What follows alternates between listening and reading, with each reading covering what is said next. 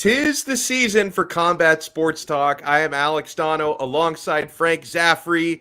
Frank, we have so much to get to, man.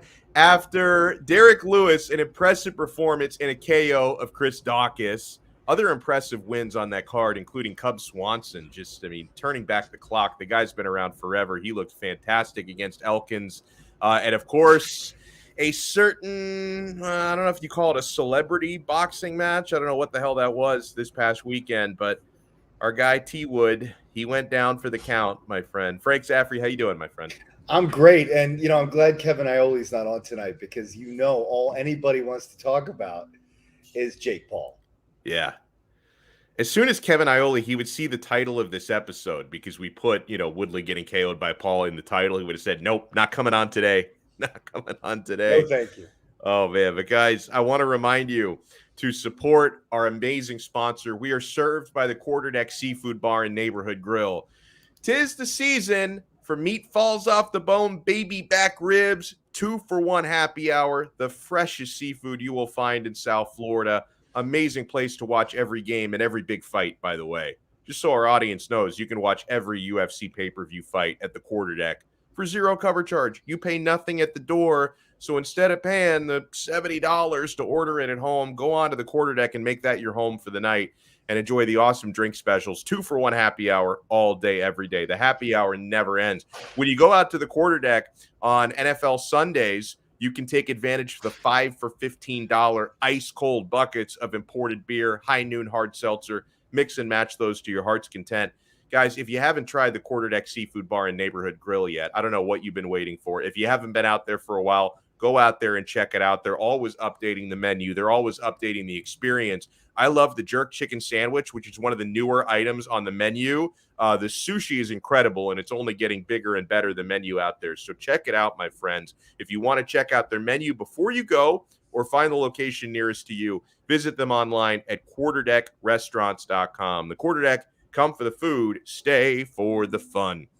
There's a debate that's been raging on social media and on YouTube for the past few days, ever since Jake Paul, he slept Tyron Woodley in the 6th round. And I was rooting for Tyron, but I was just glad something exciting happened because that fight was not good through the first 5 rounds. And then Jake Paul lands a big-time overhand right, and Tyron went down like a redwood. He was KTFO'd by that punch. And I think anytime, Frank, you see something like this, especially when the person who delivers that punch is still not really taken seriously as a boxer. Like, you're talking about a guy who made his bones as a Disney kid and a YouTuber and has been, training his ass off for the last couple of years, taking these quote-unquote professional boxing matches. And so you see a knockout like that from a YouTuber, and just people have a hard time taking it at face value, right? And we know Tyron Woodley is a professional fighter. He's never been a professional boxer, but a former UFC champion, great wrestler at Mizzou. And that reminds me, we're going to be talking to one of his former college teammates tonight. Our good friend J.P. Reese wrestled on the same wrestling team at Missouri as Tyron Woodley. Frank, let me ask you before I say my piece on this. You see that knockout. There are a ton of tinfoil hats out there, coming up with these conspiracy theories on how the ending of the fight was rigged. Did you feel at all suspicious when that knockout happened? Were you thinking, yeah, I don't know if that was legit? That knockout looked real to me. I mean, everything about it felt real to me, including the face plant. If you go back and watch, look, I saw Tyron acting a little bit. Remember when we've talked to Dean Thomas in the past, Alex? He told us how when he was the champion, Tyron would just go, crash movie sets and try to get into movies, and actually pulled off getting into the biographical movie about the band NWA, if you remember. I've seen his acting prowess. It's not that good. So, to face plant like that on that and then not move for a while, that looked legit. And by the way, if you're going to take a dive, you're going to take a dive that makes you look a little less ridiculous, right? Yeah. I don't know how much you'd have to pay a man as proud as Tyron Woodley to not only take a dive, but also to take a dive that makes him look, that I don't want to say pathetic, but that outmatched, that outclassed, So Yeah, I don't think so. I think it was real, and I think it's another sad chapter to the never-ending saga of Tyron's post-championship fighting career. I wish it would end. Everyone wishes it would end. Yeah. And it's doing damage not just to him, but I swear to you, Alex, it's doing damage to the MMA brand. I think so. I don't disagree with you on that. Now, Alex M said something here about how he saw the signal. That's one of the things that like the conspiracy theorists are kicking around there. And I even saw like people were comparing the ending of that fight. There's this footage out there of like training footage of Michael B. Jordan. That's the actor who played Creed. Yep. You know, in the movies. And it's funny, I don't even know what the first name was in the movie because I haven't seen the Creed movies yet. It's just, I don't know. I'm a huge Rocky fan. For some reason, I haven't watched Creed. But there's this like footage of Michael B. Jordan, you know, learning the choreographed boxing and like there, and he learns how to, you know, how to get knocked out, right, without really being knocked out. And he kind of falls the same way that T Wood falls. And I guess like the stunt coordinator used some sort of a signal to let him know when the overhand right was coming. So people who are just have way too much free time actually dug up that footage of him learning how to pretend to get knocked out, and they're comparing it to what Tyron Woodley did. Like there's supposedly some kind of a signal that Jake Paul gave before he landed that punch. I'm with you. I know what the signal was. It was a signal being interrupted to his brain by a massive punch to the side of his head, and that signal not coming. It wasn't a signal given; it was a signal taken away that sent him to the mat. I'm with you though. I think people who say it was fixed, I think that's bullshit for a number of reasons. Like when you've seen certain fights over the years in boxing, there have been certain knockouts that have been confirmed later that, hey, this was actually a fighter taking a dive. Someone confessed, someone discovered it. You know, you've seen some fishy things even over the years in certain MMA promotions. I think there was some stuff in Pride that wasn't really above board. And like you can usually tell there's like something fishy about the punch and it doesn't look real. That was a real punch. I mean, that was a real stiff, hard overhand right. And then you think about the Tyron Woodley factor as well. Like, you know, all due respect to Tyron Woodley, who had an incredible career, former UFC welterweight champion. He's in an elite fraternity with that. But we've known for at least a couple of years, he's past his expiration date as a fighter. And he doesn't have the chin that he used to have. So, yeah, him getting KTFO'd by a punch like that, I can absolutely see it. And then the other thing about it is like people always like to accuse fighters of taking a dive, and they talk about how, oh, that didn't look legit to me. But, you know, you're also kind of forgetting the implications of the potential consequences for fixing a fight.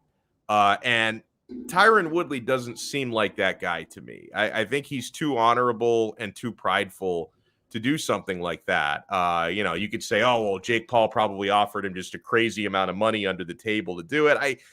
Tyron wanted to win. Like T Wood wanted to win. And then another thing, when we talk about T Wood not being the same fighter, let's not forget he also took this fight on 2 weeks' notice. It was supposed to be Tommy Fury. And I know T Wood keeps himself in good shape, but he wasn't in fight camp. Like he wasn't really preparing for this until about 2 weeks before it happened. So honestly, like people don't like to believe it. They like to make it more complicated than it really is when you really have to use, what is it, the Occam's razor principle, that sometimes the best explanation is the simplest explanation. I think T Wood just got knocked the fuck out, and I think people need to accept it. I can't believe I'm breaking down a Jake Paul fight. But if you remember the first fight and Dean's comments afterwards, he said Jake Paul will never want to fight T Wood again. It was too risky. T Wood's a real puncher. There was just too much chance for Jake Paul to get really hurt. He'll never do that fight again. Well, he did it again, but he did it again when Tyron's coming in on just 2 weeks' notice. But I thought the fight, as boring as it was a lot to do with T Wood not being in shape and Jake and Paul not sure if he wanted to swim in there. You know what I mean? Not sure. And I think by, what was it, round 6? I think by round 6, it was like, you know what? I don't think this guy can move. I think he's gassed just walking in, you know, just getting off the stool. And that's when you see what did look like a slow, almost like choreographed punch, because he wasn't even providing any defense for himself as he launched the punch. I mean, it was not a boxing clinic that he was putting on, but he just decided, I can punch this guy. He's not going to hit me back. And I think that's what we saw. You know, the sadder part of this commentary is not if Tyron took a dive for money. He didn't. What's sad is that he took a fight and got knocked out by a joke of a boxer for money that he obviously very, very much needs. And that makes me sad because he is just cashing in any legacy he has for a paycheck. And I know that this might only reinforce the point that our guy Alex M. We love Alex M. and Michael Stefano is also active in the chat. We love both of these guys. Alex M. is convinced that the fight was fixed. This may only reinforce his argument, at least in his eyes. But something that was interesting is, so after that, what should be embarrassing KO loss. Easy for you to say. I like to call it KTFO because he was knocked the bleep out. So I got my words a little bit jumbled there. Tyron Woodley was making fun of himself, Frank. You know, he did a meme contest where he gave someone away $5,000, I think, for coming up with the best meme for that photo of him face down on the canvas. And like what should have been like a pretty embarrassing moment, he's making light of it. Daniel Cormier talked about that this week on DC and RC, you know, the show that he does with Ryan Clark. And like Cormier was really taken aback by it. He's like, how are you going to, that's a really bad sign for Tyron, like to be self-deprecating like that. This was a really embarrassing thing that happened to you and you're making fun of it. Frank, I don't really see it that way, honestly. I actually think it's kind of cool of Tyron to say, I'm going to turn a really embarrassing thing that happened to me in something that we can laugh about and, you know, a way to bring me closer to my fans because I'm going to give somebody away $5,000 for coming up with a meme. Like, you know, and honestly, and obviously, you know, Tyron, you know, the real apex of his fighting career was when he was in the UFC competing for and winning championships. Like it's obvious what he's doing now is financially motivated. Right. So, and it's embarrassing enough to get knocked out by a YouTuber. I think the fact that he's making a little bit light of it and having some fun with it, I don't have a problem with it. Daniel Cormier, those seem to have a problem with it. I'm with Cormier on that. I mean, look, it's it's okay to do an interview and maybe be self-deprecating or own it or whatever. But I mean, to actually make a contest to make fun of yourself is kind of counter the whole persona of a prize fighter, isn't it? I mean, can you imagine? You know, I don't know. I mean, just name the prize fighter, the legendary prize fighter. Can you imagine after one loss, they do a contest to make fun of themselves? What's going to be the energy or desire to see that person in the ring or the cage again? I mean, it's just, I don't know. I agree with Cormier. It's just weird. You know, it just doesn't fit the model of the person for whom you're supposed to want to watch fight and pay to watch fight. So I find it to be incredibly odd. And I don't know what's next for him. I mean, wasn't he getting ready to fight like Dan Hardy? Wasn't that? Yeah. So, I mean, like, what is this guy going to do? He's just going to go into just going to keep losing. And I don't understand it. He might end up at Eagle FC. I mean, they're signing guys up like Bigfoot Silva and Tyrone Spong and Sergey Haratonov and Rashad Evans. And honestly, Rashad Evans is a guy who for like the last 5 years we've been saying probably needs to retire from the sport, and he's coming out to fight for Eagle FC. So our guy Khabib Nurmagomedov might have a home for Tyron Woodley if he wants to fight MMA again. Is Khabib drug testing? Well, yes and no, because they're doing a fight in Florida coming up in Miami, but then they're doing most of their fights in Russia, places like Russia and Singapore. I can't imagine they're testing over there. Like in Florida, they've got to do bare minimum testing for the commissions, which is easy to beat. It's easy to beat. It's not USADA testing. Like it's not like they're not doing a drug program like the UFC. They're just going to do the minimum requirements for the state athletic commissions when they're in the States. But when they're over there in Russia and they're over there in Singapore, they're wilding. They should do some shows down in Steroid Island, maybe. Yeah, I'm just saying, if he's signing these older fighters, that's a key component to having a successful promotion. Is you're going to have a lot of testosterone. I mean, drug testing, quote unquote. Yeah, a lot of fights in Moscow. Well, and Jermaine King, welcome into the chat. He brings up a point. Do you agree with this? Because I kind of do. It's sad how all these MMA guys are going to boxing for a payday because the UFC apparently doesn't pay enough.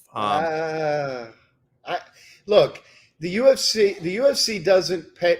The problem with the UFC pay is not that they don't pay enough, because some guys are making millions and millions of dollars. Yeah.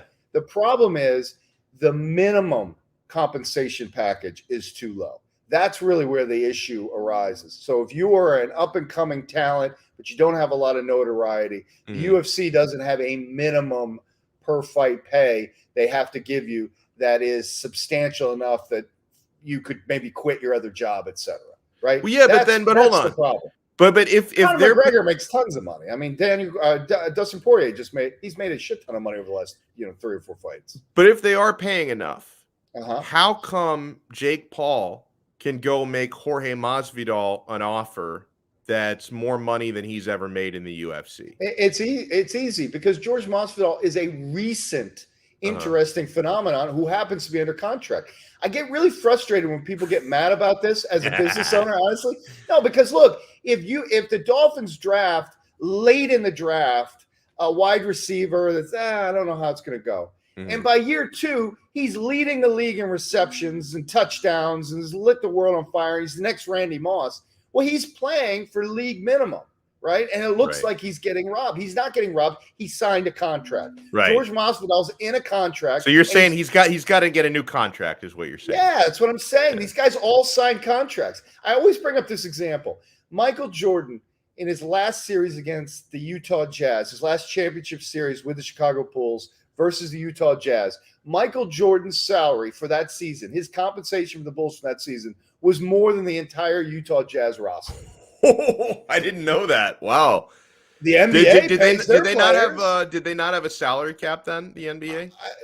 I don't know. They were doing those 1-year deals with Jordan. I don't remember what the landscape of pay was, but I can tell you that the NBA pays their players. People weren't screaming that the NBA players weren't making money. And here you had perhaps the greatest disparity in salary that you've ever seen among players on a court at one time. So this is what happens with contracts. These guys and women, guys and girls are all under contracts. I love this. Alex M says Frank is okay with monopoly abuse practices. Look, what they need is collective bargaining.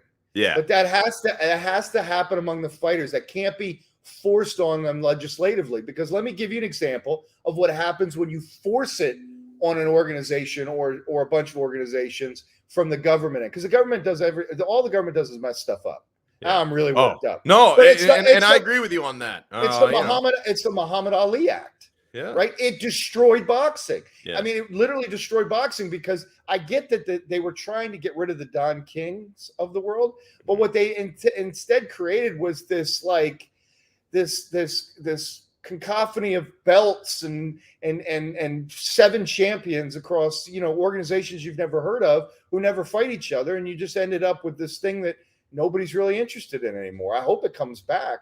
But that's a great example of how you can't force it. The fighters have to get together. They have to collectively bargain. And there will be some things that they might be able to pull off. But it's going to be hard, man, because some of them are making a ton of money. Some of them are making a lot. And we'll talk a little bit more about Masvidal in the toss-up. And now, as far as Tyron Woodley, I'm sweating now, buddy. I love getting Frank worked up, talking a little politics. I was having a conversation with my parents earlier about the ramifications of canceling all student debt. Like it might be good for my Bitcoin because they'll just keep printing U.S. dollars and I'll be swimming in it. So it might be good for that. So Tyron Woodley, before he left the UFC or was cut by the UFC, 4 consecutive losses to end his MMA career, and it's not necessarily over, but his MMA career as we know it. Losses to Kamaru Usman, Gilbert Burns, Colby Covington, Vicente Luque. He's now gone into Showtime Boxing, and he suffered 2 losses, including a KTFO to a YouTuber. Is this perhaps the most embarrassing career ending for like a great UFC fighter? Like, I mean, it's one thing to get kicked out of the UFC as a former champion after 4 straight losses, but then go fight a guy who's not really a fighter and get knocked out and beaten twice. Like this is pretty bad, man. I mean, I thought the ending to like BJ Penn's career was pretty bad when he was going out there looking like a cadaver, but for T Wood, man, this is downright embarrassing. I mean, you hit it on the head, right? I mean, BJ Penn was right where I went. And then I think of some of the great champs that went over to Bellator and have just embarrassed themselves, like Rampage Jackson, who now can no longer find a weight class heavy enough for his lack of interest in training, but his desire to continue trying to make money. Yeah. So there's been a lot of examples of this that's upsetting and, disappointing.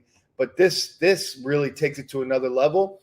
You know why? Because there's so many goddamn eyeballs on this, Alex, despite what Kevin Iole says. I mean, if Rampage looks like shit in a Bellator fight, on a Friday in August, how many people really saw it, But like this thing 100,000 maybe. Yeah, but this thing, I mean, there's a lot of people watching this. The young kids especially are into this. The people coming up into our sports world, they're into this. And the thing is, like, people can't underestimate is it's not only the number of pay-per-views that they sell for these fights, but this is appealing to the generation, like the Jake Paul generation, teenagers, early 20s. These people aren't paying for fights anyway.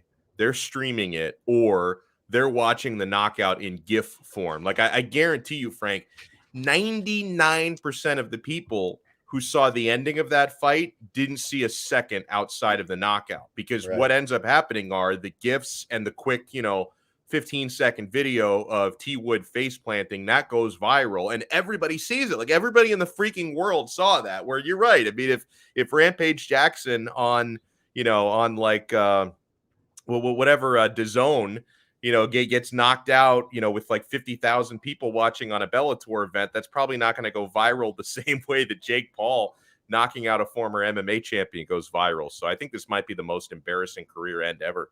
You know what also went viral about that fight, and something I was hoping you could explain to me. Yeah. Your boy Nate Diaz. Oh, yes. Well, we'll get into what I know you want to talk about, but your boy Nate Diaz and George Masvidal are at the event and both leave before the main event. What was up with that? What was that? A deliberate show of protest? Like, I'm coming to see somebody I'm interested in, but you're a joke. So maybe they were there to watch Frank Gore, who unfortunately lost. Yeah, I was confused by their actions. Yeah, and then, I don't know. And then they both got called out. Nate didn't respond, which I thought was the smarter thing to do. George does respond, daring him to come into mixed martial arts. Right. Feels like that fight's going to happen, doesn't it? I read a dozen articles that said it's not going to happen. I got to believe that fight's going to happen. What do you mean, boxing or MMA? I think it happens over in boxing. Yeah, I agree. How many fights does George have left on his career? Oh, you mean his contract? Or his contract, I'm sorry. I think just maybe one or two more. I mean, isn't it worth just becoming a free agent for a $5 million payday? Yeah. And then re-sign? Yeah, absolutely. And he's also, George is trying to squeeze more money out of it than $5 million. Like, he's saying, hey, like, pay me $20 million or whatever. He probably wouldn't get that. He's insisting on the octagon too, which I don't agree with. I mean, go do it and go meet Jake Paul in the boxing ring. I mean, look, George is a boxer. Yeah. So I mean, this is not a big ask for him the way it is for Ben Askren or Tyron Woodley, quite frankly.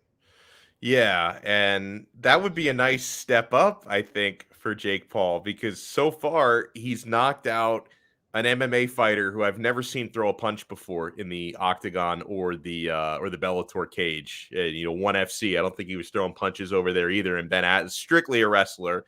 And then he knocks out a guy who, started out as a wrestler, past his prime, fell in love with his punches late in his UFC career, but it's not really a boxer. And Masvidal, he's closer. He's not a boxer either, but he's closer to being a boxer than these other guys have. But hold on. We got to do a U-turn here, because you brought up Nate Diaz. Yeah.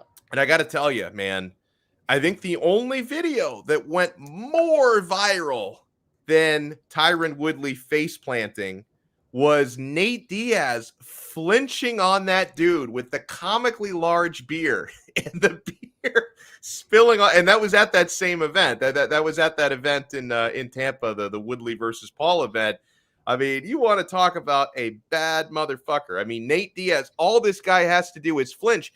And the guy that spilled the beer, not just a regular lay person, professional fighter. Bare knuckle fighter, former MMA fighter. So you'd think this guy is probably in like the upper 10% of tough people in the world. And even he was startled by a Nate Diaz flinch. Nate Diaz still has that it factor, Frank. That was a great clip. What set that up? I mean, what was the reason for Nate fake drawn on him? Was that they have beef that we're not aware of? Here's what I think happened, because I found out a little bit about the background of this individual. Okay, and hold on, I had something written down. Okay, so the individual, this guy, his name is Carice Archer. He is a professional MMA fighter, 2-6 career record, so not exactly in the Nate Diaz league. He's currently a bare knuckle fighter with BYB Extreme. And so my guess would be this guy was probably taunting Nate as Nate was walking by. Like, he's probably like, hey, you think you're so bad? I'm a fighter. Let's do it. Fight me. And this guy was actually calling out Diaz again in an Instagram video that he put out. So I'm sure this guy was talking some crap, and Diaz thought, I'm going to put this dude in his place. So he flinches, and the guy has like a big gulp sized beer that he just spills all over the place. So the guy who got his beer spilled over Nate Diaz's flinch, he did this Instagram video. I've got a transcript for you, Frank. It's very obvious this gentleman is trying to parlay this incident into his 15 minutes of fame. Okay, like, sure. It doesn't make any sense, but this 2-6 MMA fighter is now trying to call out Nate Diaz over this. He says, hello, world.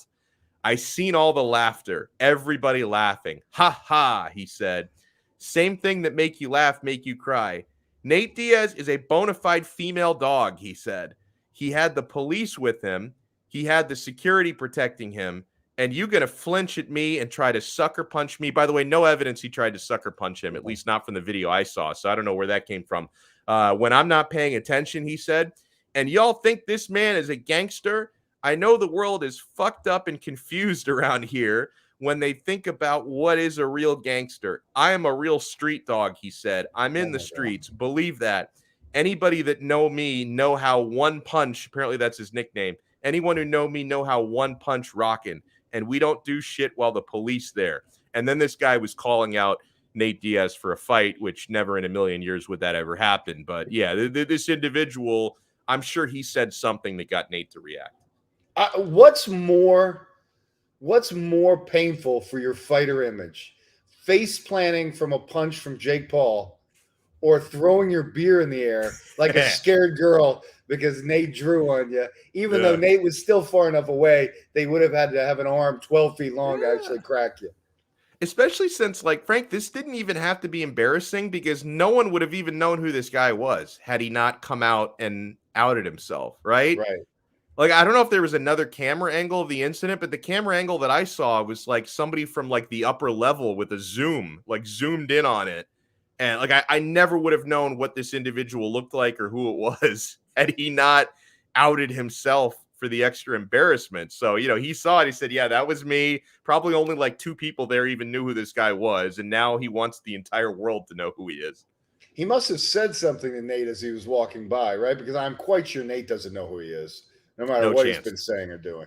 Zero chance Nate Diaz is keeping close enough tabs on BYB Extreme that he knows the entire. And Frank, I've been to 2 BYB Extreme events. I had no idea who this guy was. So I don't know if I saw him fight. I just didn't remember the name, or if I didn't see him. If I've been at 2 events, I don't know who this guy is. So that's one of those things, man. I'm sure Nate doesn't know that roster any better than me. The other thing is, this guy, this 2-6 fighter, would have made more money if he'd held his beer and allowed himself to be punched, if he indeed thought that was what was going to happen, because the assault charge would have paid him far more handsomely than he'll ever get paid in his career. Yeah, there's no assault charge to be had by somebody flinching at you, unfortunately. Meanwhile, the same night as that particular event, you had the UFC at the Apex, which actual legitimate fights. And I thought it was a splendid night of fights. I mean, Frank, let's start with the main event. Derrick Lewis did Derrick Lewis things against Kyle Dawkins. Unbelievable, the barrage of punches he put on Dawkins. Ends up putting him out about 3 minutes into round number 1. I'm a huge Derrick Lewis fan. I think there was a time a couple of years ago where he teased retirement. I'm glad he didn't follow through with it, because watching his violence and his post-fight promos, because he even said, like, hey, Dana White, call me unless it's for a 5-round fight, because I don't want any part of that. Like, that was a really good performance from the big man. It was. I just, you just wonder where that is sometimes, like I really thought it was exciting. I just don't know. I mean, I guess his last fight was it his last fight? That he hasn't fought since the terrible performance, right? Against Cyril Gane. Cyril Gane. He hasn't fought, right? That was his last fight. No, this was his first fight since then, yeah. So really, if you consider, that fight against Ngannou and then that fight against Gane, he's had two of these moments where he just seems to vanish. The persona of him as a fighter seems to evaporate, and then when it comes back, you're so excited to have him.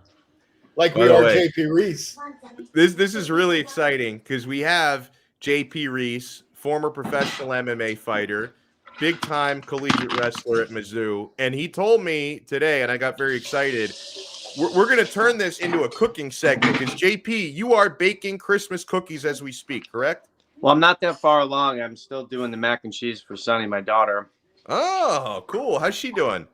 She's good, but I got my kombucha, and I'm enjoying my life right now. Look at you, healthy. Now, I got a lot of stuff that we want to get to with you. Let's start with your former collegiate wrestling teammate got knocked the you-know-what out by a YouTuber this past week. Did you get a chance to watch what happened at Tyron Woodley, and what was your reaction to it? Well, I can admit that I fell asleep about 11 o'clock on that Saturday, so I missed the fight. I woke up in the middle of the night at like 3 a.m, and I'm like, I wonder what happened. And I jumped on, and I saw like some notifications that Tyron Woodley went live, and I'm like, wow, like he must have won. And then I turned on Instagram, and it was like the first thing I saw, and man, it was devastating. Then I went back to bed. Yeah. So wait a second, you bought the fight and then fell asleep? I didn't buy the fight. Oh, okay. Of course I wouldn't. You guys know me. Yeah. What's do you keep in touch with Tyron at all? We're trying to figure out what's going on. He's capitalizing on his career. I mean, there's only really one way to exit fighting. You keep fighting and you just keep getting paid. He's a name. I got to think he still had a nice payday for his performance. And it's my understanding it was a pretty competitive fight up into the knockout. Competitive but boring. And that's what boxing is. That we all keep forgetting that these are boxing matches. Generally, boxing is pretty boring. Like look how Floyd is exploiting the game. Mm-hmm. He's not fun to tune into. He hypes it up. He's a big name, and then once you get to the game, it's like a total letdown. And he gets paid, and he laughs about it. He's a bank robber. Now, did you see the knockout punch, the punch that put him out? Did you see that clip? I've seen it many times. Okay, well, let me ask you then, because there's a big-time deep state online theory that T. Wood took a dive to the point where people are even like trying to decipher what the signal was from Jake Paul that let T. Wood know, okay, the knockout punch is coming, you better sell it. Frank and I didn't really give that any merit. It looked above board to me and to Frank. A few people in the chat, though, have really studied it, and they think it was rigged. Did you have any opinion on that? I really do not think that fight was rigged. I think that you got a guy that's living in a boxing gym, and he's been making bank for a few years now. He was making bank before he started fighting. Yeah. He's got the right team around him. They probably take the fights very serious. He's somewhat quiet leading up to the fights. Like you don't see a lot of training montages or anything like that. So I truly think that was a real fight. And Tyron was kind of like a last minute replacement this time. He probably wasn't grinding in the gym. He just probably put together a good 2-3 week camp. And, again, I haven't seen the fight. I shouldn't be a judge of it, but everything I read was it was somewhat even going up to that 5th round. Yeah, it was even in so much as nothing was happening really at all. It's boxing though. Like what? No, I don't disagree with you. I don't disagree with you. Like it was even though. MMA was like taking over that. boxing, but now boxing's like creeping back in, trying to dangle carrots for some of these fighters to come over, and then they lose, and then all of a sudden boxing's the greatest martial art there is. We should have like wrestling matches. Let's do some like let's bring some of the boxing guys in the wrestling matches. That I would pay to watch, honestly. I would absolutely pay to watch that. JP Reese, former professional fighter, joins us here on 5 Rounds. Alex Donno, Frank Zaffere with you. We gave James Walker the night off. He's doing some traveling JP, before I do want to get into some more fighting stuff with you, but I got to know, you're going to be making cookies tonight. Well, what's the recipe? Snickerdoodle, chocolate No, chip? we're doing basic sugar cookies. Okay. We're keeping it simple. And like, I can't find sprinkles anywhere in town. Really? Yeah, it must be that supply chain shortage. Yeah. Massive supply chain issues. Well, like I know that like I see a lot of people online complaining about how like you can't buy rapid COVID tests anywhere. So it's like we're out of rapid tests and we're out of sprinkles this holiday season. That's so rough. I actually got a rapid PCR test today. I'm pending the results. Really? Nothing to be alarmed at. I just have to do it with coaching and this trip we're going on. I see. But it's getting insane again. It's totally getting insane out there. Everyone's in line and we're stressing out about everything. Why won't everybody just stop testing? Yeah, that's the secret right there. Well, but the thing is, though, and you guys are right. But one of the reasons it why goes away the minute everyone stops going. Yeah, but the thing is, one of the reasons why everybody's in line to get tested right now is like, don't you have to get tested to fly and like especially to go to other but to go to other countries you do, because my parents the day after don't go to Christmas, other countries, man. Don't go to other countries. Well, my parents are going to Italy the day after Christmas, so they have to get tested. They're getting tested There's tomorrow. some times, Alex, when you have to. If you're going to have surgery, they make you test. There's some things that you have to. You know, JP's working for school. They're going to make him do stuff. I get that. But the people that they wake up and they have a runny nose, I better run down there and get a test. Yeah, it's crazy. And people just get tested because they come in contact with people, and you don't even have symptoms. Right. If anything, isolate. Yeah, if you feel bad, stay home. Feel better, go out. Or do a podcast. Yeah, right, exactly. Yeah, listen, we're podcasting from home. We're not even we're isolating. We're social distancing and all that. I think the last time we spoke to you, JP, was before Dustin Poirier against Charles Oliveira. So I'd love your reaction to how it went down. And you know, Dustin, you've trained with him before at American Top Team. I was selling Oliveira a little bit short. I thought he looked incredible, and the way that he put on that rear naked choke and had threatened for one earlier, I thought it was a great performance. It really made me even more of a believer on Oliveira. What do you think it meant from Dustin's side? Was there anything about his performance you thought was really lacking there? Well, he looked good the first round, and then the second round he got, these guys get these adrenaline dumps. You never know. But Oliveira's really a complete fighter. Like, he looked good, and that was just kind of from an emotional standpoint for American Top Team, that was a really tough night. Like, I just got to think that backstage was like, pretty down by the time he had to step out to go in front of the millions of fans watching the fight. Do you stay in touch with Dustin, JP? Are you still? Not as much. Like, I've faded, like, the end of like Endgame. I've just kind of faded away into the world of MMA. Well, I knew you guys were tight, or a little bit tight, and I wanted to say one thing about him and then ask you your opinion on another. Like, on the one hand, I wanted to say I haven't seen end of careers managed this well in a long, long time, because he picks up 2 big money fights with Conor McGregor, and he just seemed to manage that perfectly, and then goes into a big, then goes in after the title. But what's he going to do now? He didn't get the title. So what's the next move? Is he, I hear rumors that he might retire. I hear rumors that he might go after Nate Diaz as kind of like a final money fight. Do you have any insight into that? Well, look at it like this. Like, you said it right. He's had some money fights this year. Fighting for the title is a money fight. Yeah. 3 big fights in 1 year, 2 of them with Conor. You got some nice paydays, but the sport, you take some lumps. I guarantee he's got some injuries that all of us don't know about. Yeah. You have like an expiration date in the sport. So yeah, he probably would try to line up that money fight again, Nate Diaz or Nick Diaz or someone like that. I don't know what's next for him. I'd like to see him. I'd like to see the Nate Diaz one, and then see him right off. I don't know, guys. You guys still buying the look at what Nick Diaz did, man. He got smoked. Listen, man. I think Dustin Poirier. We were smart. Oh, we were looking forward to that fight the last time we talked, and that was not a competitive fight. One of the 3 of us was really looking forward to that fight. But it was first fight back, 6 years away, and I don't think. And Frank and I were talking about this, and Frank raised this point to me, after this fight, that Nick Diaz looked like he was probably working through an injury in his camp, and that's why he needed to up the weight class. I guarantee you he's going to be better next time around. Yeah, Shut your mouth. No, JP, you're right, and I think it was a back injury. That's my theory. Yeah. When I watched it, he looked stiff, couldn't run, obviously, so he couldn't manage weight. And then, I mean, that was not a good performance. I thought Dana White was incredibly generous to him in his comments recently. Oh, man. Anything to keep the Diaz's fighting. That's right. JP Reese is with us here. Good friend of the program, former professional fighter. We're not too long out now. We're a month away from a big heavyweight title fight against a pair of Frenchmen and former teammates, Francis Ngannou taking on Ciryl Gane.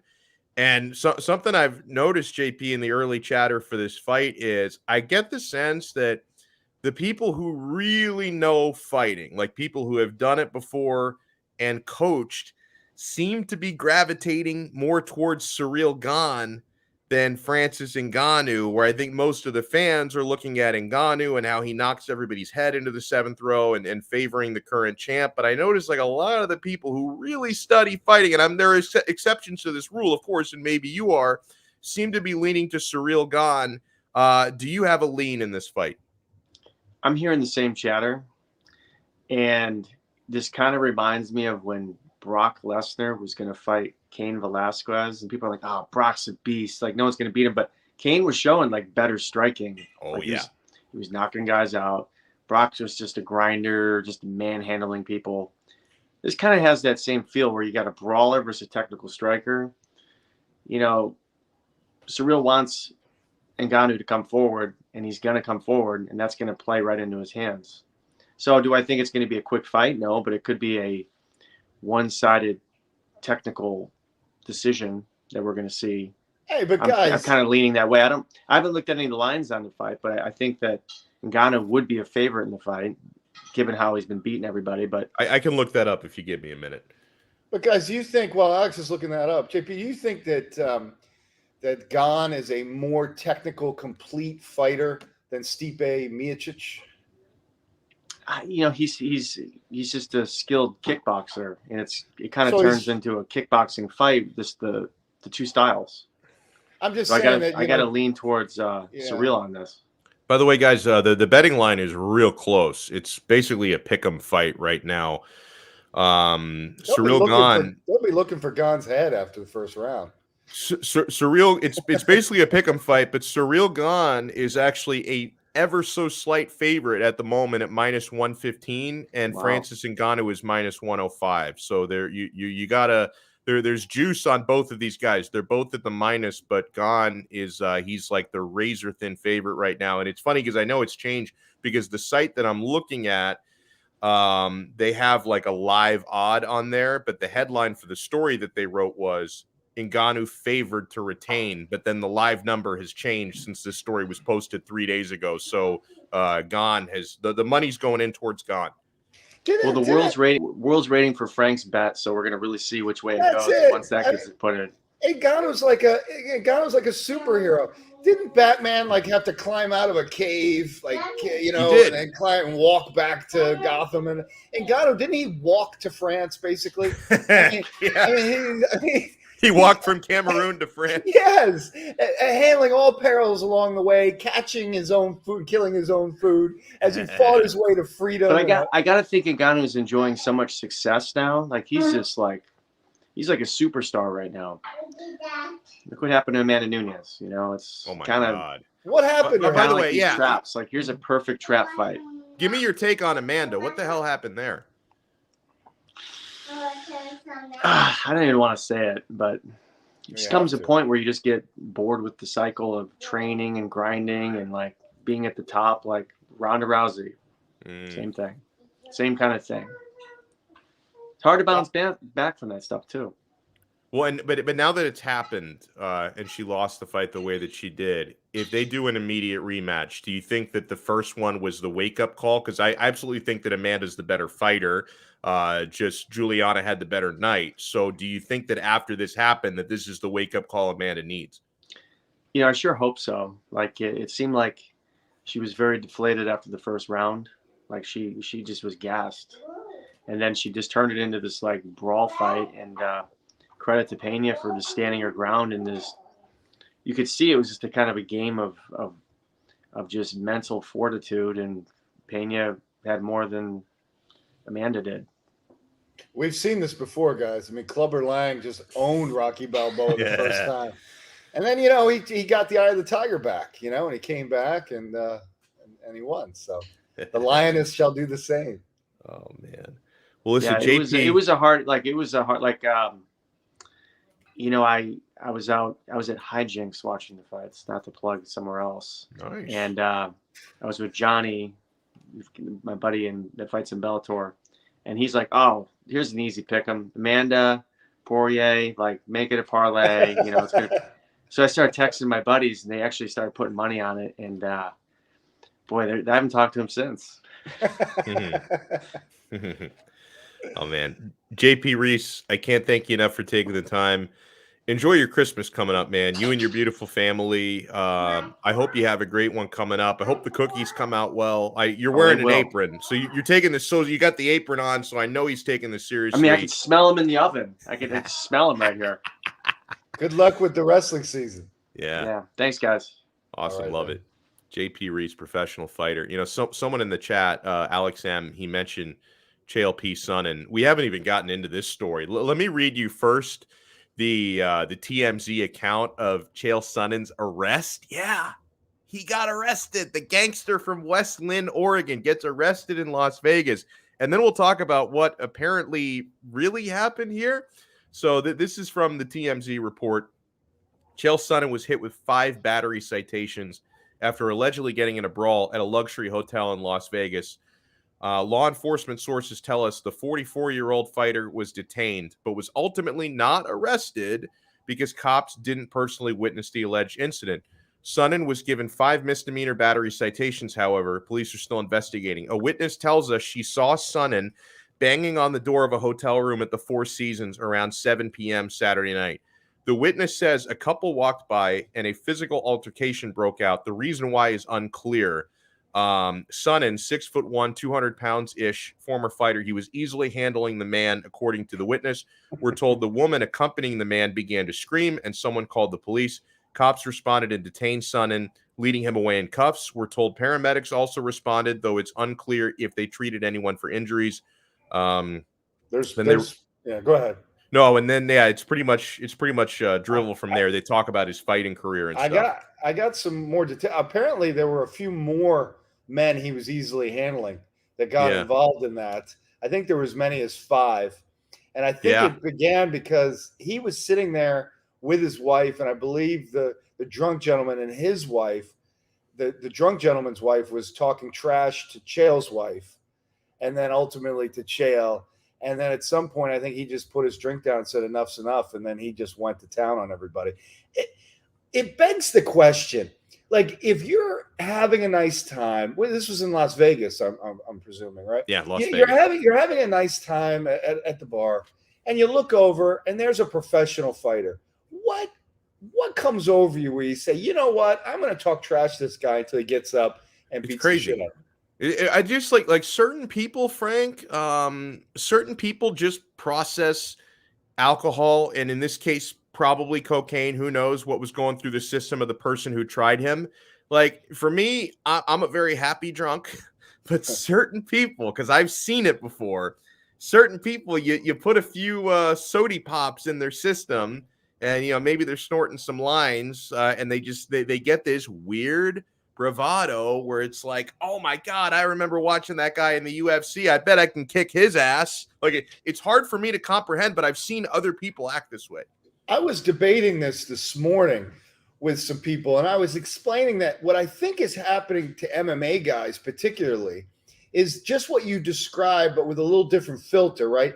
They see the person, Chael Sonnen, or they see, let's say, Kamaru Usman in street clothes, right? And they look at the person, and the larger-than-life person they see in the cage is actually, a 5'10", 180-pound guy in street clothes. Doesn't necessarily appear like a superhero. Doesn't seem in street clothes that formidable. And then the drunk muscles get going. You're like, oh, my God, look, that's the champ. I could take him. and somehow the brain doesn't process that the human being that you're talking about is professionally trained to hurt people in a cage. Right. And then you hear these stories. I mean, who was the light heavyweight in the Fort Lauderdale bar that had to knock a few people out? Oh, the guy. What was his? The guy from. He was from Switzerland, and he challenged for the title once. His name escapes me, but yeah, me too. But I mean, Yeah. it was probably his best known fight was the one he had in a bar in Lauderdale. But I mean, you know, Yeah. it's just these moronic situations, and I guess these people just see people and think, you know, oh, Chael's not as big as I thought. I could take him. Although Yeah. Chael walks around at about 225. Yeah, he's not a small guy. What so that- and yeah. he's like, and because I watch the show that he does on ESPN, and like he's jacked. Like this is not a guy who just like, you know, I'm not going to work out anymore now that I'm not fighting. Like he's probably back on some of the substances he was on earlier in his career because his muscles are popping, man. This is not a guy you'd see on the street. Normal people would see on the street and say, I want to challenge this guy. Well, Joe Rogan told him, he said, listen, bro, once you get into this line of work, you can start juicing all you want. I mean, you know, absolutely. You know, it looks good. Absolutely. And yeah, and I think the story that you told about the couple giving especially his wife a hard time, I think that's legit. Brendan Schaub told that story on his podcast this week that they were like really like making fun of his wife's appearance or something. And like Alex M says his wife is a dime piece. So and listen, I can understand it. Like it's one thing to have the urge to defend yourself, but the urge to defend your loved one, and in this case, your wife, I think is exponentially stronger. So if they really were like verbally harassing Chael's wife, that makes it way more understandable. Because Frank, Chael Sonnen seems like the type of guy to me that if someone is just calling him out, probably would just turn the other cheek. But it's completely different. Like you're talking about the mother of his kids. Like you're calling out his wife, the mother of his kids. I can understand why you would kind of throw out the code at that point and say, well, really, you're subscribing to a different code, the man code. You have to defend her honor. But yes, but even when they're just defending themselves, didn't recently, or maybe not that recently, but it wasn't that long ago, that Charles Barkley beat the living hell out of a whole bunch of people in a Taco Bell or something. Yeah, you know, he threw a guy through a glass window. Yeah. You know, these idiots need to learn that there's not a force field here. That guy, Charles Barkley, he's a human being and a big one at that. And if you talk trash, you have to answer for it. So I just love seeing this stuff happen. You know, it's justice, right? It's justice. And I'm glad he wasn't actually arrested, although he'll be sued by everyone. So hopefully he's geared up for that. Let's do some toss-up questions, Frank. What do we got tonight? Could you ever see Derrick Lewis holding the heavyweight belt, or is he forever a very entertaining gatekeeper? Yeah, you know, Big John McCarthy this week referred to Derrick Lewis as just a gatekeeper at heavyweight. And like the thing is, if he were in any other weight class, I'd say forever a gatekeeper, never a champion. But you kind of throw those rules out the window when you're talking about heavyweight. And this guy is massive. He's basically right at the heavyweight weight limit. He's now got the record for most knockouts in the octagon, which is pretty impressive. Like he kind of reminds me of like a cross between Mark Hunt and Roy Nelson, and maybe even more effective than either of those guys were during their UFC careers. It's like, Frank, you're telling me Glover Teixeira is now the light heavyweight champion, you know, like in his 40s? Like, why not? And Derrick Lewis, let's not forget, he does hold a victory. It's a weird fight, but he does hold a victory over the current champion. He has lost, though, to the guy who's challenging to the belt not too long ago. But honestly, it's like, okay, if I'm playing the odds here, I'd go probably 95% Derrick Lewis will never be UFC heavyweight champion, but never say never when you're talking about a weight class where only one guy has ever successfully defended that title more than 2 consecutive times. When you're talking about that kind of size, that kind of power, those tiny gloves, and Derrick Lewis, who is a knockout artist, it would not shock me if at some point within the next 18 months to 2 years, if Derrick Lewis actually wins the UFC belt before retiring. I mean, look, you brought up Glover Teixeira, the light heavyweight division. We never thought we'd see it like that. So I guess it would have been hard to predict, because it would have been hard to predict John Jones leaving it and the division looking the way it does. But it's still a good example. look, Cyril Gane and Francis Ngannou hovering in that division, and Stipe still technically around too. I always forget about him. And John Jones about to enter. It makes it seem like really, really, really a hard road for him to get there. But I guess anything's possible. And also, like, there's nothing wrong with being a gatekeeper. Like, if you're gonna be a gatekeeper, making a lot of money and collecting a lot of knockout bonuses along the way, because nobody's had more knockouts than Derrick Lewis has, that's not a bad place to be in. And honestly, Derrick Lewis, he seems like the type of guy who could enjoy himself just fine if he never has a belt around his waist, right? I mean, he's just out there to knock fools out, crack jokes on the mic, and collect those checks. Entertaining fighters get paid. Just ask Rampage. Should Dana White let George Masvidal box Jake Paul to win the UFC's honor back? No. If I'm Dana White, I am doing whatever I possibly can contractually to ensure that this never happens. I don't want any more of my popular fighters, and this would be the most popular out of the former UFC guys who have ever fought Jake Paul. Frank, it's too risky to me. And it's like, I think something that people don't realize about Jake Paul is because, and of course, like, okay, he's not fighting, the cream of the crop professional boxers, but this guy can box a little bit. Like, Jake Paul is not terrible. Like, Logan Paul is terrible. His brother can't box his way out of a wet paper bag. But Jake Paul, he seems to spend a lot of time in the gym. He's clearly got power. He's got some technique, and he spends all his time boxing. So I honestly think Jake Paul would probably beat at least a slight majority of similar-sized UFC fighters in a boxing match. It was an MMA fight, completely different story. So listen, maybe if at some point soon, either Masvidal's not under contract or, God forbid, Dana White actually lets him, the way he did Conor McGregor, lets him box while he's under contract. Yeah, maybe there's a chance that Jorge Masvidal goes into the squared circle and he wins the honor of the UFC back by knocking out Jake Paul. But there's also a pretty good chance he loses. He suffers the same fate of Tyron Woodley and Ben Askren. And I think, to your point, because you talked about this earlier, Frank, wouldn't that make the UFC look really bad? And then if another guy goes over there and gets beaten up by this YouTube kid? We went through all this crap when we had Conor McGregor venture out at Dana White, with Dana White's blessing and with Dana White profiting off of it, to chase Floyd Mayweather fight. I think what Dana White is best served doing, and the UFC is best served doing, is enunciating that they are separate sports, right?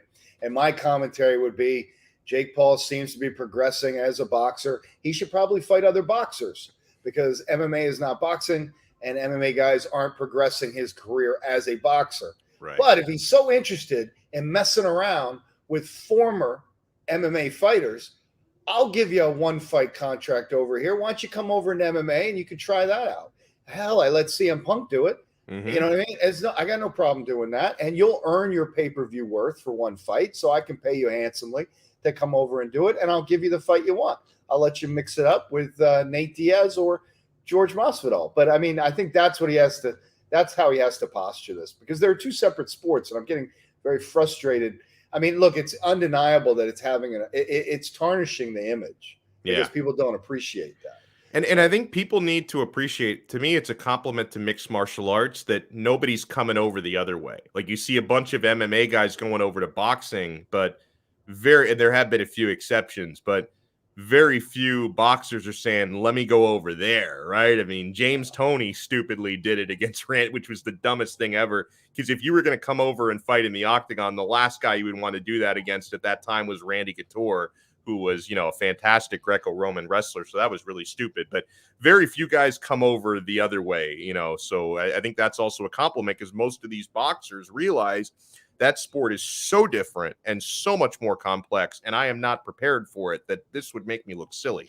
And Jake Paul could make a ton of money and leave his boxing career unblemished. Yeah. Hey, I went over, I tried that thing. Good point. Yeah, so I think it would be a win for everyone. What are your favorite foods on the Christmas Day table? Now, I know I'm not getting invited down to the Donnos, but what are your favorite foods? What are the foods that are going to be on that table?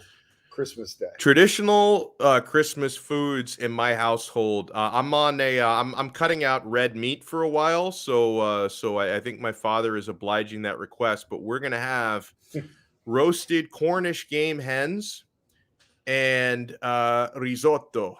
So those are going to be a couple of the featured items on the Thanksgiving table. There's also going to be a lot of shrimp, but my cholesterol was a little bit high, so I'm cutting out things like shrimp and red meat for a while just to try to get that cholesterol down. And then I'm sure I'm going to go right back on the wagon and eat all that stuff. But for now, I'm cutting it out. So I'm going to be focusing on the roasted Cornish game hen and the risotto giallo, and that's going to be a great Christmas.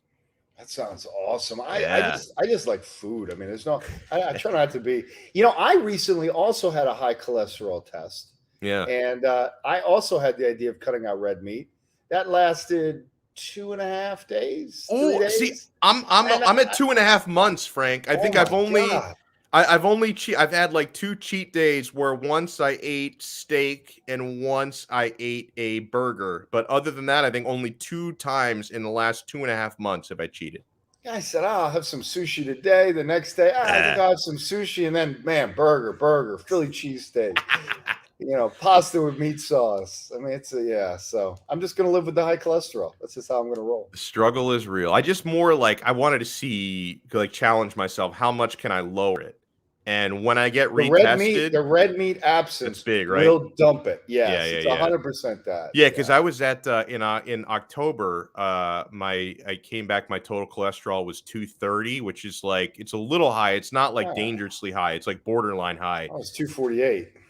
Okay, or you got me beat, bro. You're so competitive. Yeah, you had higher cholesterol. But the 248. thing is, like, because I get tested every year, and I've seen it like gradually go up. Because like 4 years ago, I was 165. Wow. And like 4 years ago, I was 165. And then this year, 230. So I thought, let me see if I can like get it back into like the 170, 180 range. So, and if it doesn't go down, I'm just going to say, hey, it's probably some kind of a genetic thing. And I'm just going to eat all the steak I want to. But you're not supposed to eat after bedtime.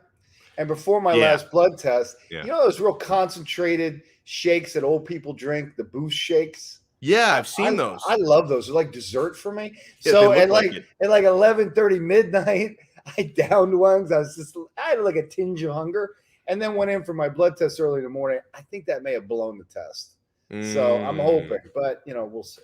That could be because people have told me that it might have just been like a one-off thing. Yeah. Sometimes, you could just do one weird thing the day before and throw it off. I think this is what Alex Sam is having on Christmas: pork shoulder, rice and peas, fried plantains, maybe salad, definitely dessert. That's another thing. I've cut out all desserts. I haven't had dessert in 2.5 months. Got to feed the dogs in the cellar. Because when they bust out, Alex, it's going to be ugly, man. Roll an ice cream cone once in a while. I love it. I love it. By the way, I've got a bonus toss-up for you before we wrap it up. Because I forgot to mention this when we were talking about Derrick Lewis. Derrick Lewis threw his cup into the audience. His athletic support, he threw it into the audience after knocking out Kyle Dawkins. And somebody very enthusiastically caught it. If you had been in that crowd and he threw the cup, would you have tried to catch it? No, I would have dived out of the way. Same, right? Yeah. Same. God, I don't know what they think. What athletes think fans want to have is amusing to me. Somebody did though. It's the crazy part about it.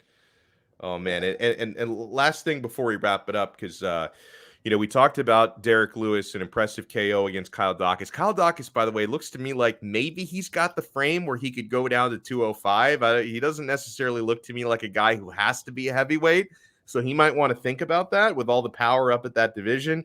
Bilal Muhammad was just impressive game plan, impressive ground and pound. He negated Stephen Thompson, Frank, because we knew if that fight stayed standing for an extended period of time, Wonder Bread is very difficult to break down. And Bilal Muhammad repeatedly took him down, multiple takedowns every single round, grounded and pounded him well. Wonder Boy beat him. Yeah, it's how you beat him. It's how you beat him, absolutely. And Bilal Muhammad he's supposedly calling out Hamza Chimaev, even though Chimaev is actually ranked lower than Muhammad, and Muhammad just beat the 5th ranked guy in the division in Wonder Boy. He's calling out Chimaev. Chimaev thinks he's full of shit. Like Chimaev just thinks, hey, like he's calling me out to try and look good, but then he's hoping the UFC either won't make the fight or, you know, he's not going to actually sign on the dotted line. Do you think he's just calling out Chimaev for street cred? You know, that's a great question because, you know, the average fan isn't going to recognize that. That's like that's something that the fighters would recognize more, don't you think, than the fans? So, you know, he didn't do it for public fame. He would have done it because he felt like it was the right thing to do, because Chimaev is in this position, as some fighters find themselves in, where, you know, it's hard to move up because everyone's got, the word is out on you. You're a nightmare fight. I'm going to believe that he did it for real, because I think he did it for the reason I just said. I think he did it because he knows it's the right call out, that's the real next test for him. That Wonder Boy probably didn't deserve to be ranked where he was. I think you and I would both agree on that. He's 38 years old, Wonder. Like, is it time to stop calling yourself Wonder Boy when you're 38 years old? Wonder Man. Yeah. So I just, I'd like to give him the benefit of believing him that he really is tough enough to recognize that a win over Chimaev would catapult him in a way that probably a few other fights that maybe he could get wouldn't. And if he loses, Chimaev gets the benefit of a real fight he deserves. You know, he gets a fight that he should have. So I agree with that, and I agree with Alex M that he looked really impressive, because it wasn't the type of wrestling heavy performance where you take someone down and hold them down. He was always working, like he was always ground and pounding it. It was pretty savage. Like those are the types of wrestling heavy performances I like. Also really impressive on the card, and I'm always happy to see a guy win who's been around forever. When I watch this guy fight, I see images of the blue cage in the WEC like 12, 13 years ago. Cub Swanson looked fantastic in his TKO win against Darren Elkins. I know like some people maybe thought it was kind of an early stoppage, but he had rocked him so many times. Like it was just kind of I think it was Herb Dean who refereed that fight. Like, it was just kind of awkward at that moment because he was, like, kind of stumbling back to his feet, Elkins, and then Herb called the fight off. But he had already been rocked, like, 3 separate times by Swanson, so I thought it was a good stoppage. What I enjoy watching with Cub Swanson is he's just such a footwork-heavy fighter. Like, he fights with his hands down because he's always at a distance out of your range, and he's working his feet. And then he throws these bombs, like he's throwing these overhand rights, like the first one that he caught Elkins with, and he throws it from the hip, right? Because his hands aren't up in a high guard. His hands are down because he's working his footwork. And then just boom, out of nowhere comes the right hand. And he landed that spinning back kick as well that just like grazed the chin of Elkins. Like, I thought that was a freaking virtuoso performance against a guy who usually, like Elkins, usually when he gets rocked early in a fight, that's when he comes on. Like, it's like his superpower. Like, he absorbs your power and then he goes berserker. But Swanson handled him so many times, knocking him down, that Elkins didn't have the chance to mount the comeback. Yeah, Cub Swanson, he's so fast, Alex. I mean, it's just the speed isn't great. He hasn't lost any of it. I have to tell you, I mean, you just broke it down great, so I don't really have much to add on that, except to say that when guys like Cub Swanson are fighting, it makes me feel like I'm watching a fight how many years ago? Like, it's the UFC has these guys on the roster that are still relevant, that bring us all the way back to the earlier part of the league. It's a really fascinating sport that way, where it's kind of multi-generational and they're all still existing in this pond right now. They're starting to drop off, but he's still one of them. He's the real deal.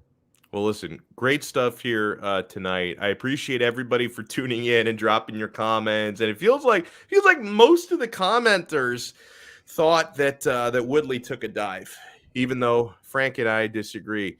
But I want to remind you guys this holiday season to support our awesome sponsor, the Quarterdeck Seafood Bar and Neighborhood Grill. And heck, if you're looking for a nice last-minute Christmas gift for one of your friends and relatives, I know I always smile if someone gives me a Quarterdeck gift card. You can go into any location and get a Quarterdeck gift card for your loved one. And then while you're there, grab a meal for yourself.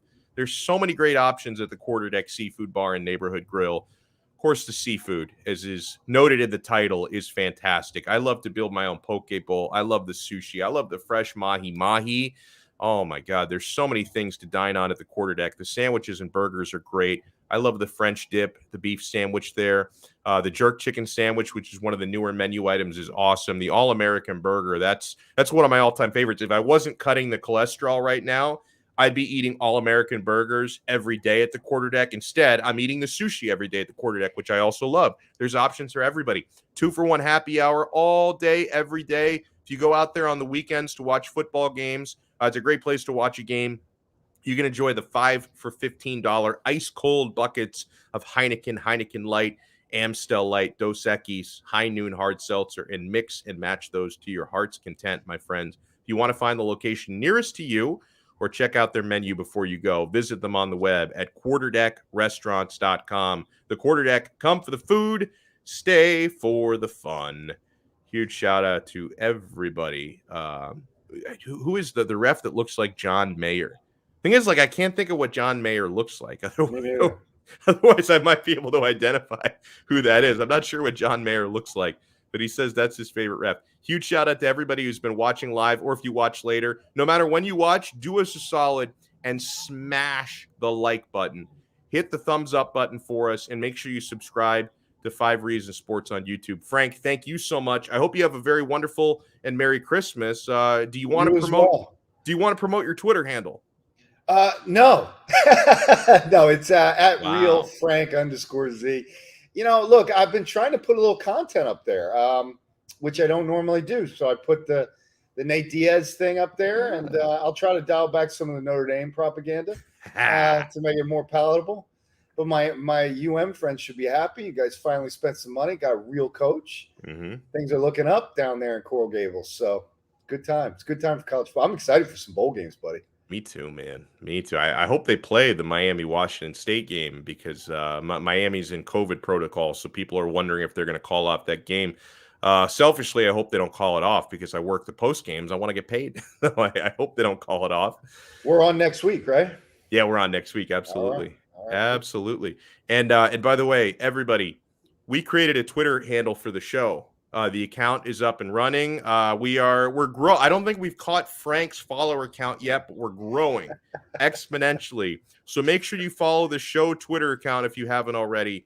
It's at 5_MMA, or search 5 Rounds MMA, and it should come up that way as well. But the handle is 5_MMA. Throw us a follow. We will follow you back, by the way. We follow back on the show Twitter account, and I'll follow you back even from my personal account if I think you have something to add to my life. Like if you're a fan of similar teams that I root for, I will more than likely add you back. So follow me at Alex Donno. Donno spelled Donno. But we will talk to everybody next time on another episode of 5 Rounds on the 5 Reasons Sports Network.